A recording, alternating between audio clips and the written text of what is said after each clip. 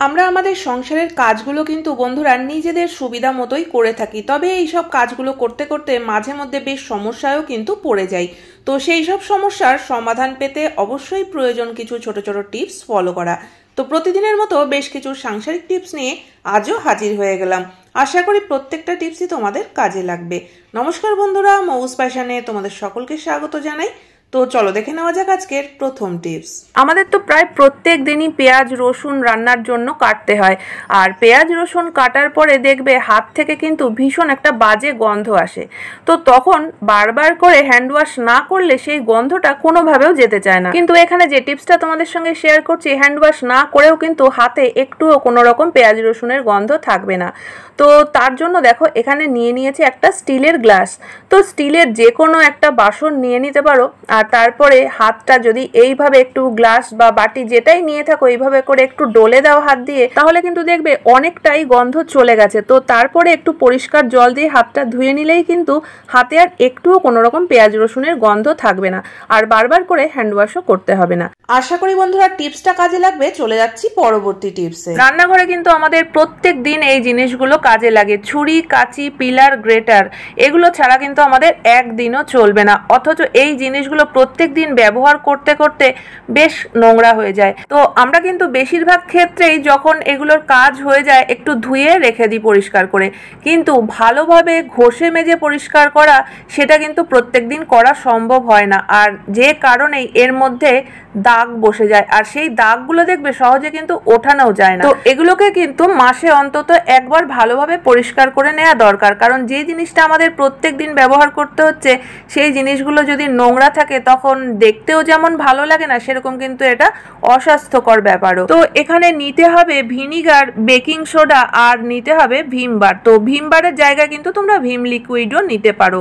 কড়াইতে আমি কিছুটা জল গরম করতে বসিয়ে দিয়েছি গ্যাসে। তো জলটা বেশ একটু গরম হয়ে গেলে এর মধ্যে আমি দিয়ে দেবো 1 চামচ ভিনিগার, আর দিয়ে দেবো 1 চামচ বেকিং সোডা। আর যেহেতু আমি এখানে ভিম লিকুইড ব্যবহার করছি না, আমি ভিম বারটাকে একটু গ্রেটার দিয়ে গ্রেট করে নিচ্ছি।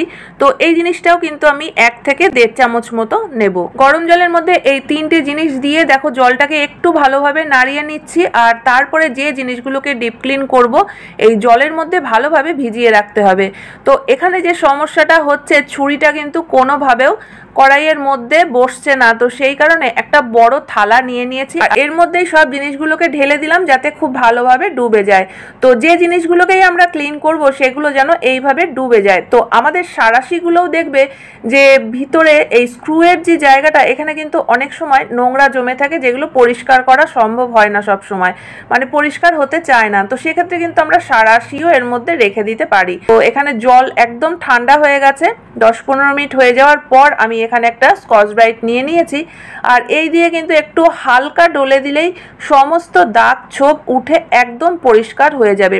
জলের মধ্যে 10-15 মিনিট ভিজিয়ে রাখার পরেই কিন্তু তোমরা এমনিই বুঝতে পারবে যে কোনো রকম ডলা ছাড়াই কতটা পরিষ্কার হয়ে গেছে।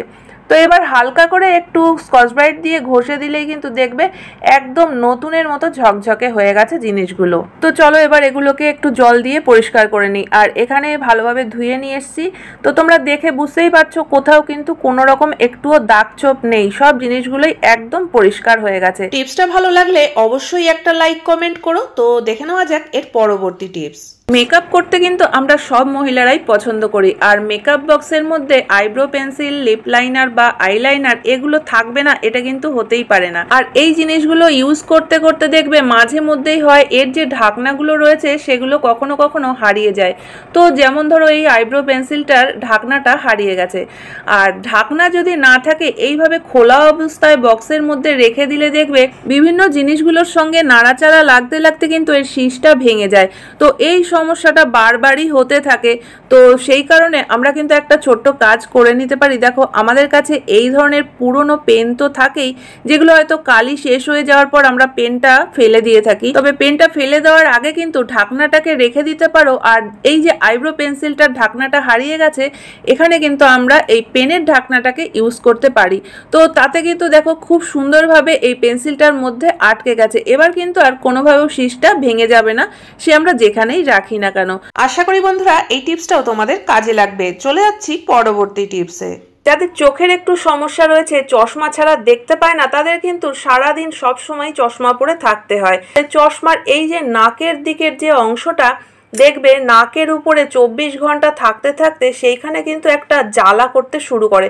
অনেক সময় দেখবে সেখানে একটা কালো স্পট পড়ে গেছে, সেখানে চশমাটা লাগলেই জ্বালা করছে বা ব্যথা করছে, অথচ আমাদের কিছু করারও থাকে না, চশমা খুলে যে রেখে দেবো সেটাও কিন্তু করা যায় না। আর এরকম সমস্যা তোমাদের সঙ্গে যদি কারোর হয়ে থাকে তাহলে কিন্তু এই ছোট্ট কাজটা করে নিতে পারো। দেখো আমাদের ঘরে ভেজলিন তো থাকেই, তো সামান্য একটু ভেজলিন হাতে করে নিয়ে আমি চশমার এই ঠিক নাকের জায়গাটায় কিছুটা লাগিয়ে দিচ্ছি। তো তারপরে এর উপর থেকে সামান্য কিছুটা পাউডার দিয়ে দেবো। তো আমরা যদি শুধু পাউডার দিয়ে দিই তাহলেও কিন্তু চলবে, কিন্তু পাউডারটা শুধু যদি লাগাই তাহলে কিন্তু থাকবে না, দেখবে একটু পরেই ঝরে যাবে। কিন্তু ভেজলিনটা লাগানোর পর তার উপরে যদি আমরা একটু পাউডার দিয়ে দিই তাহলে কিন্তু পাউডারটা একইভাবে থেকে যাবে, সেটা কিন্তু আর ঝরে পড়ে যাবে না।